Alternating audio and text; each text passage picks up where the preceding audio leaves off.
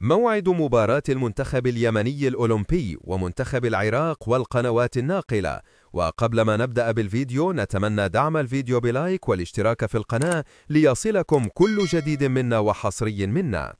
يواجه المنتخب اليمني الأولمبي نظيره منتخب العراق ضمن بطولة كأس الخليج العربي للمنتخبات الأولمبية تحت 23 سنة المقامة في قطر، وذلك في الجولة الأولى من منافسات المجموعة الثانية التي تضم منتخبات اليمن والعراق وعمان والإمارات. وتم تقسيم المنتخبات المشاركة إلى مجموعتين، وينص نظام البطولة على تأهل منتخبين من كل مجموعة للدور النصف نهائي.